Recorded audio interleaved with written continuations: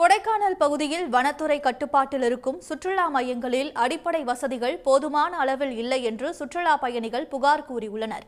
மலைகளின் இளவரசி என்று அழைக்கப்படும் கொடைக்கானலில் வார இறுதி நாட்களில் சுற்றுலா பயணிகளின் வருகை வழக்கத்தை விட அதிகரித்து காணப்படும். இந்நிலையில் கொடைக்கானலில் உள்ள சுற்றுலா இடங்களான தூண்பாறை, மோயர் முனை, குணா குகை, பைன்மரக்காடுகள் உள்ளிட்ட இடங்கள் வனத்துறை கட்டுப்பாட்டில் இருந்து வருகிறது. இந்த பகுதிகளில் வாகன நிறுத்துமிடம், கழிப்பறை வசதி, சிசிடிவி கேமராக்கள் போன்ற வசதிகளை மேம்படுத்த கோரிக்கை எழுந்த நிலையிலும் வனத்துறை அதை கவனிக்காமல் இருந்து வருகிறது என சுற்றுலா பயணிகள் வேதனை தெரிவிக்கின்றனர்.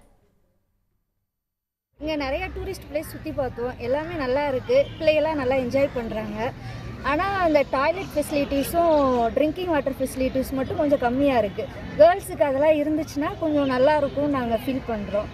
இந்த வீக்கெண்ட் என்ஜாய் பண்ண ஃபேமிலியோடு இங்கே வந்திருக்கோம். பிரையன் பார்க்கு, கோக்கர்ஸ் வாக்கு, குணா கேவு எல்லாம் சுற்றி பார்த்துட்டோம். கிளைமேட்லாம் சூப்பராக இருக்குது. டிராஃபிக் தான் ரொம்ப இருக்குது. அதை கண்ட்ரோல் பண்ணால் போதும். அது மட்டும் டூரிஸ்ட் ஸ்பாட்ஸில் ரெஸ்ட் ரூம் ஃபெசிலிட்டியும் ட்ரிங்கிங் வாட்டர் ஃபெசிலிட்டியும் இருந்தால் போதும், இன்னும் நல்லாயிருக்கும்.